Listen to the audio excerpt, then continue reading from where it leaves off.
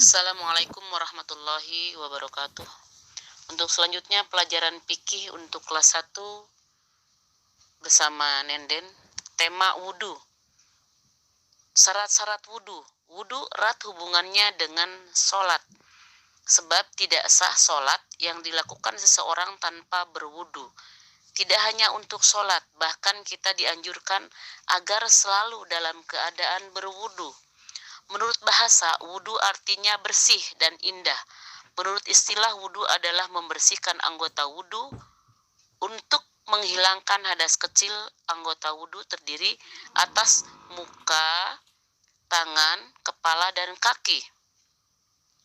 Wudhu merupakan syarat sahnya salat sebagaimana firman Allah berikut ini. Ya ayyuhalladzina amanu idza kumtum ilal sholati faghsilu wujuhakum wa aydiyakum ilal marafiqi wamsahu biru'usikum wa arjulakum ilal kahbaini. Wahai orang-orang yang beriman, apabila kamu hendak melaksanakan sholat, maka basuhlah wajahmu dan tanganmu sampai ke siku, dan sapulah kepalamu dan atau basuh kedua kakimu sampai kedua mata kaki. Surat Al-Maidah ayat 6. Begitu juga dalam hadis Rasulullah SAW dari Abu Hurairah radhiyallahu anhu dijelaskan bahwa qala Rasulullah sallallahu alaihi wasallam, la yaqbalullahu salata ahadikum idza hadasa hatta yatawaddo. Dengan artinya, Rasulullah SAW bersabda, Allah tidak menerima sholat seseorang di antara kamu apabila dia berhadas sehingga dia berwudu. Hadis riwayat Bukhari dan Muslim. Dalam berwudu harus memperhatikan syarat-syarat sebagai berikut. 1. Islam. 2. Mumayyiz. Artinya, sudah bisa membedakan antara yang benar dan yang salah. 3. Tidak dalam keadaan berhadas besar.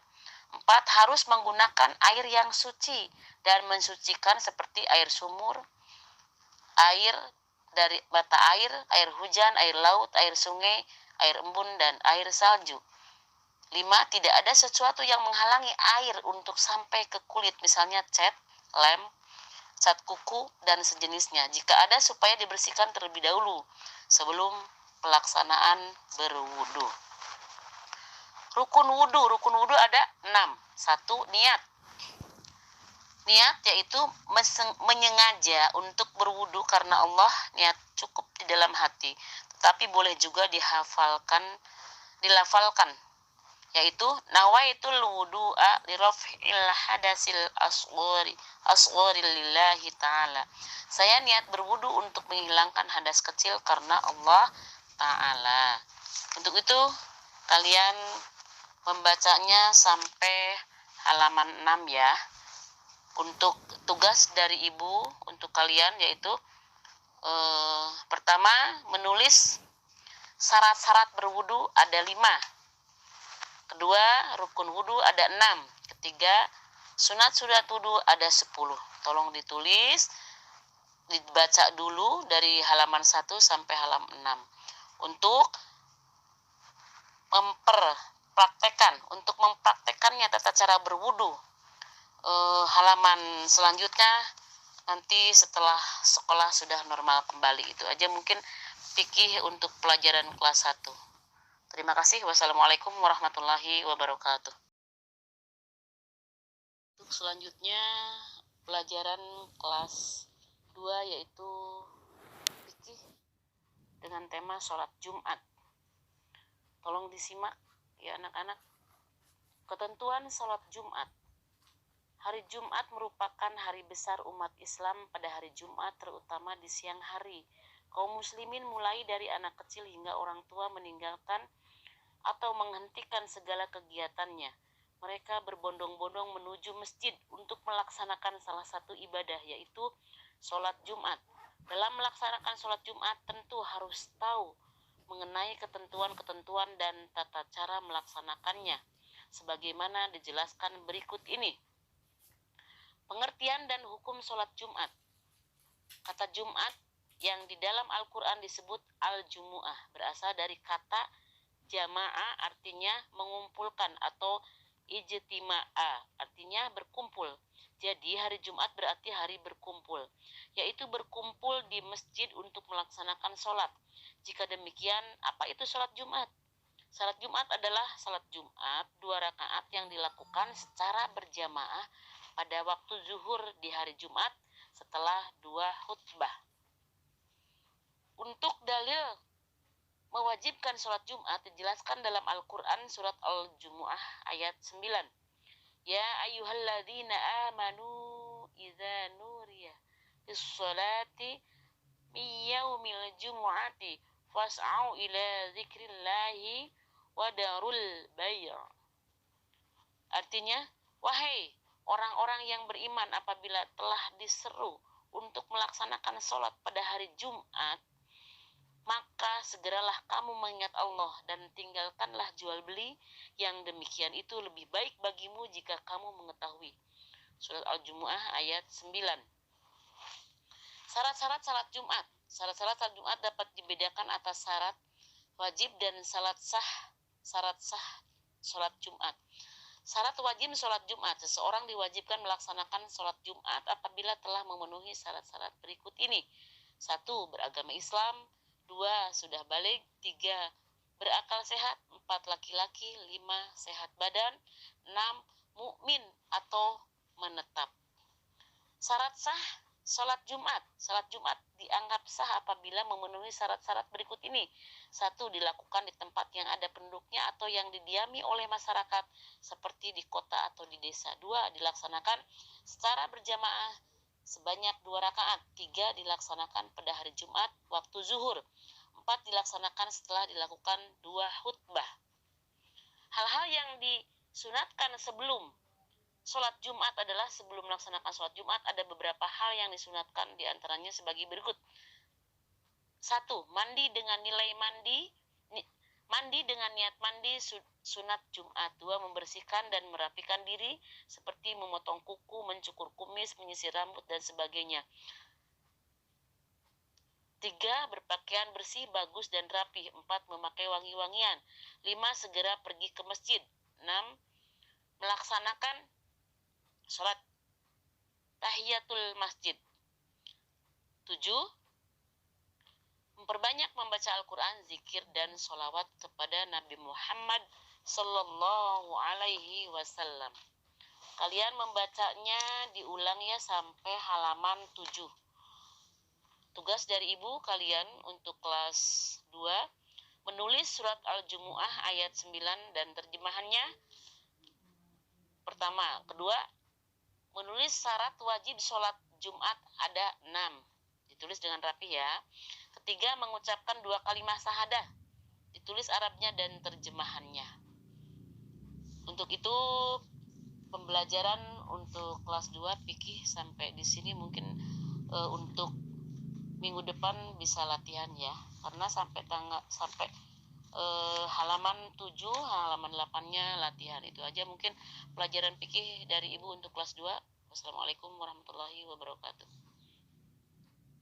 Bismillahirrahmanirrahim. Assalamualaikum warahmatullahi wabarakatuh. Untuk selanjutnya pelajaran fikih untuk kelas 3. Materinya puasa. Coba disimak anak-anak ya. Ketentuan-ketentuan puasa. Dalam bahasa Arab, puasa disebut saum.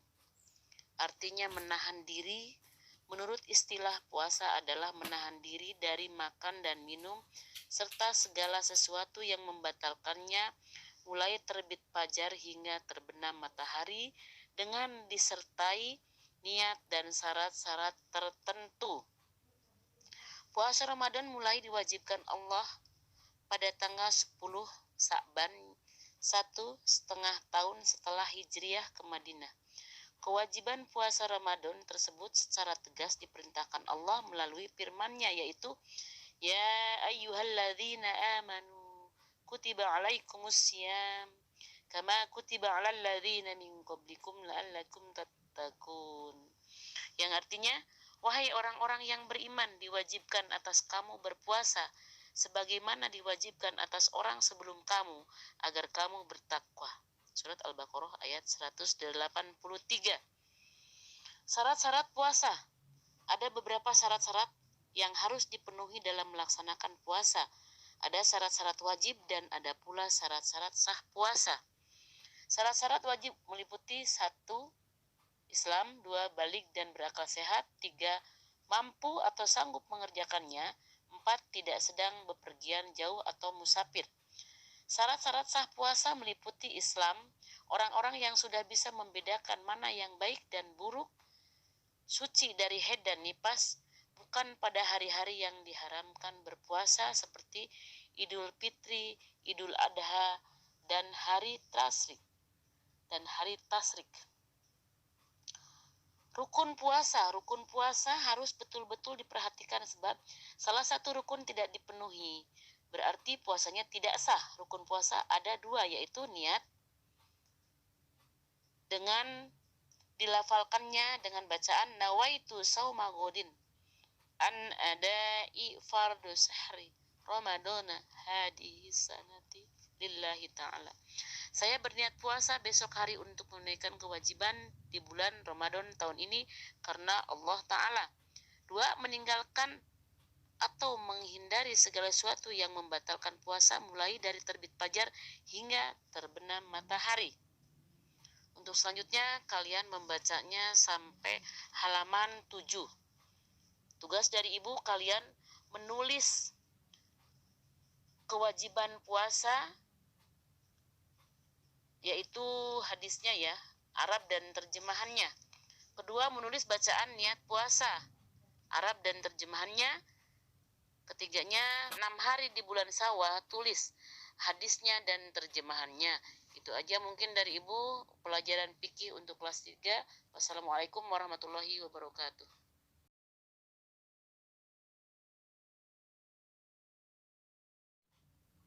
Bismillahirrahmanirrahim. Assalamualaikum warahmatullahi wabarakatuh. Untuk selanjutnya pelajaran fikih untuk kelas 4, materi khitan. Tolong disimak ya anak-anak. Ketentuan khitan. Agama Islam sangat mencintai kebersihan. Oleh karena itu, umatnya pun harus selalu menjaga kebersihan, terutama kebersihan dirinya dari najis yang menempel pada alat kelaminnya.